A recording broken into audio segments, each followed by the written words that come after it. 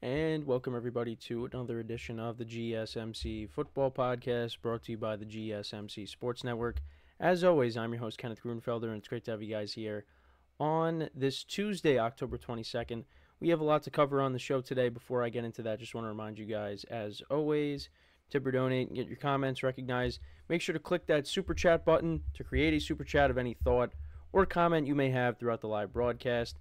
I will acknowledge it, and it just makes the show more lively, more entertaining between myself, the host, and you guys, the viewers. We appreciate your guys' viewership each and every day, so any contribution you can make to the show means the world to us as we put out content for you guys each and every day. And also, the other way to help out the show is by going to the link at the bottom of the show segment on the ticker, GSMCPodcast.net.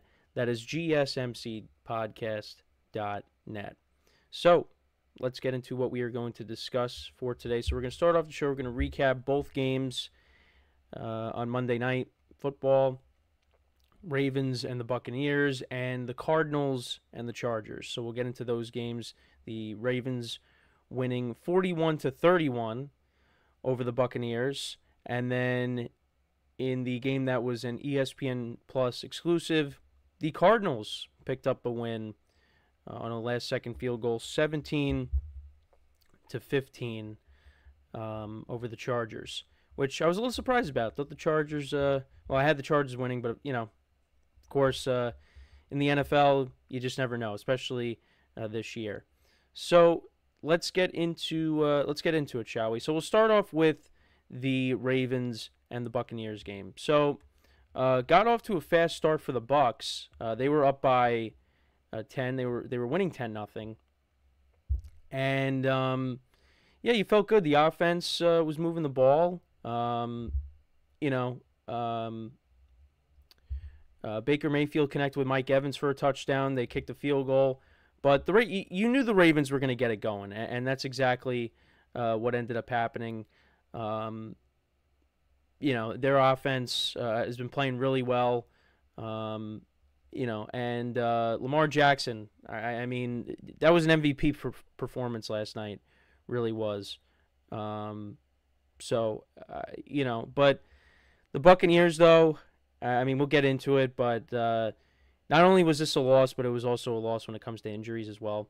So, the Bucs, they went 8 plays, 70 yards down the field, and Baker Mayfield connected with Mike Evans for a touchdown. Mike Evans was banged up coming into this game.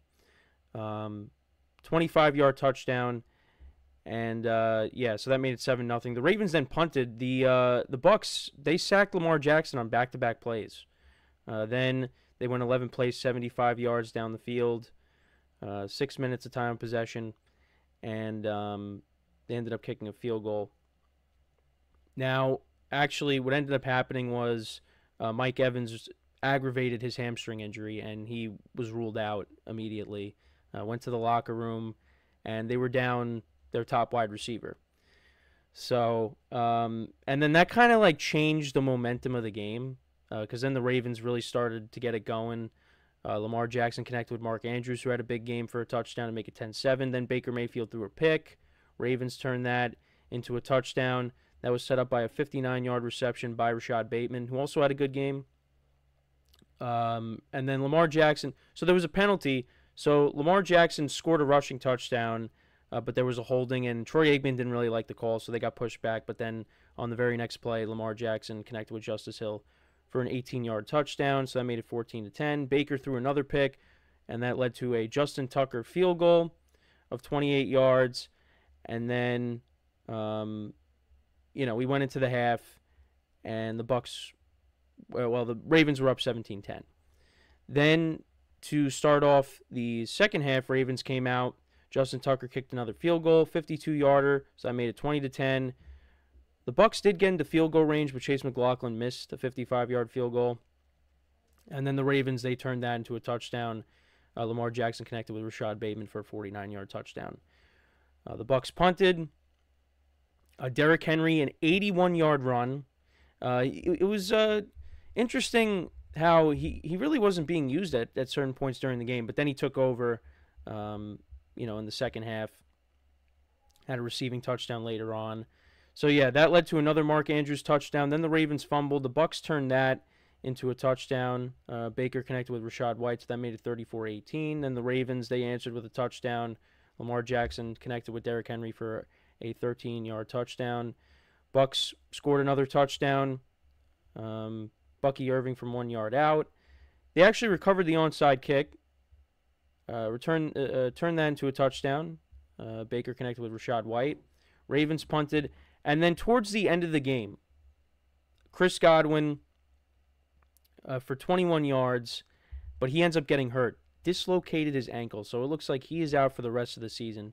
And Todd Bowles, he's been hearing it for that. Because, I mean, the Bucs were going to lose this game, did lose the game. There was really no chance that they were going to come back. And to leave your starters out there and he ends up getting hurt, it's not a good look. It's not a good look. But he, defended it and said, the guys want to be out there.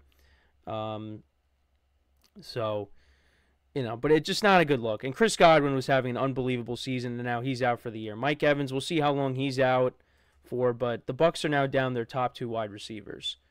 And looking at the stats of the game, Lamar Jackson, 17-22, 281 yards, 5 touchdowns, no interceptions. The Ravens ran the ball for 244 yards, the number 1 rushing team coming in. Derrick Henry, 169 yards on the ground, a receiving touchdown. Lamar Jackson had 52 yards on the ground. Rashad Bateman, 4 receptions for 121 yards and a touchdown. He's been looking good at times during the year. And the Ravens did give him a new contract, and, last night played really well. Justice Hill, 3 receptions for 44 yards and a touchdown. Mark Andrews, 4 for 41 and 2 touchdowns. Derrick Henry, like I said, receiving touchdown. Ravens defense had 3 sacks, 2 interceptions, 1 forced fumble. Justin Tucker went 2 for 2 on field goals, 5 for 5 on extra points. And then for the Buccaneers, Baker Mayfield, 370 yards passing, 31 for 45, 3 touchdowns, 2 interceptions. Bucs ran the ball for 125 yards. Bucky Irving had a rushing touchdown. The leading rusher was Rachaad White. Cade Otton, he was getting banged around last night, but he was their leading receiver, 8 receptions for 100 yards. Rachaad White, 6 for 71 and 2 touchdowns. Chris Godwin, 7 for 65. Mike Evans, 1 for 25 and a touchdown.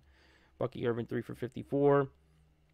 Bucs defense, only the 2 sacks in the beginning of the game, and that was it. So they dropped to 4-3. They'll be playing the Falcons next week. Big NFC South matchup. The Falcons coming off of that loss against the Seahawks. I can't figure out the Falcons. And for the Buccaneers, I mean, you're down your top 2 wide receivers. I mean, they're going to have to figure it out. Baker Mayfield did not play well last night. I know he threw for a ton of yards, but, once you lost Mike Evans, I mean, the game completely changed. And now you're going to be without Chris Godwin, too. So we'll see. They got Jalen McMillan. They got Trey Palmer, Sterling Shepard. I mean, those guys are going to have to step up. In the running game, I mean, at least you got the 3 running backs. You're going to have to lean on your running game, too. So they got the Falcons, and like I said, Chiefs after that, and then the Niners. So they got tough games coming up on the schedule. They're going to have to win at least one of them. And if you lose to the Chiefs and the Niners, you beat the Falcons, you go 5-5, I mean, you're in good shape. I mean, by no means does this mean the Bucs are done, but they are definitely in trouble. And for the Ravens, they just continue to roll. They're 5-2 now on top of the AFC North, and they will be taking on the Browns next week. So they look really good. We'll see what happens next week. I'll be seeing them in person. So let's get to the other game, shall we? Now, this was a lot different. Really didn't get a chance to watch it just because I didn't have access to ESPN Plus, believe it or not. So I actually was listening to the Cardinals radio broadcast at certain points during the night. But it got off to an interesting start because Kyler Murray threw a pick, and then James Conner ended up forcing the fumble on Tart, who picked it off, and then it ended up being recovered by Michael Wilson. So the Cardinals got it back, but they ended up punting. Then Justin Herbert throws a bomb to Jalen Reagor for 41 yards, and the ball gets knocked out, and it goes through the back of the end zone, and that ends up being a touchback. So Chargers don't get any points. Then the Cardinals punted, and then Cameron Dicker, who had a great game, kicked a 59-yarder, so that put the Chargers on the board. They were up 3-0. Cardinals then went 10 plays, 79 yards down the field, and Kyler connected with Greg Dortch for a 5-yard touchdown, so that made it 7-3 Cardinals. More punts, and it was 7-6 at the half. Dicker kicked a 50-yard field goal.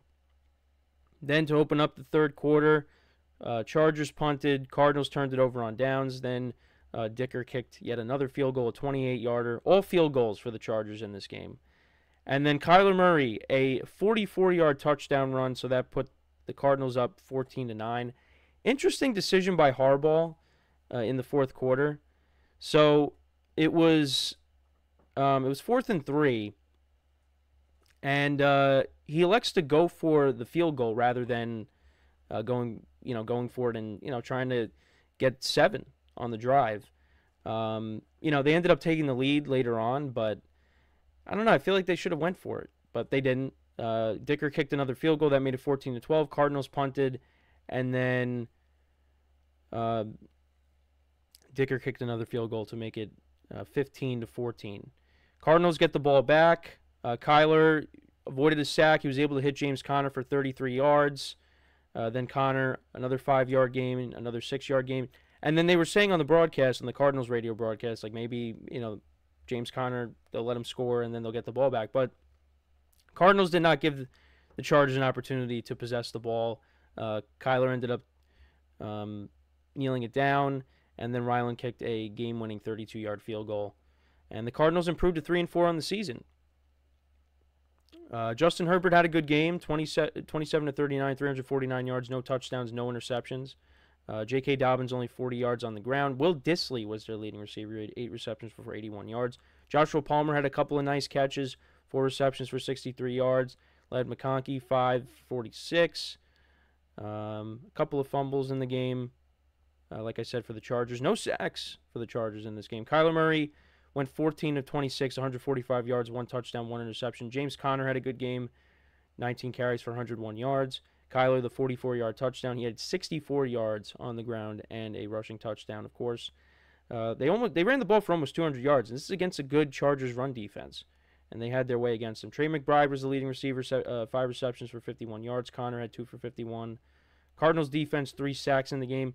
They improved to 3-4. Chargers dropped to 3-3, and we'll get to the NFC West later in the show, but yeah, it's close. The division is close.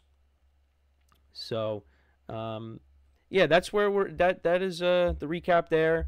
17-15, Cardinals pick up the win, Chargers the loss.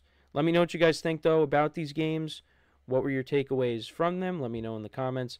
So we are going to take our first break of the show, and then when we come back, we will talk about the Jets-Steelers game from Sunday night. We'll talk about Russell Wilson's performance. We'll talk about the Jets as they continue to struggle.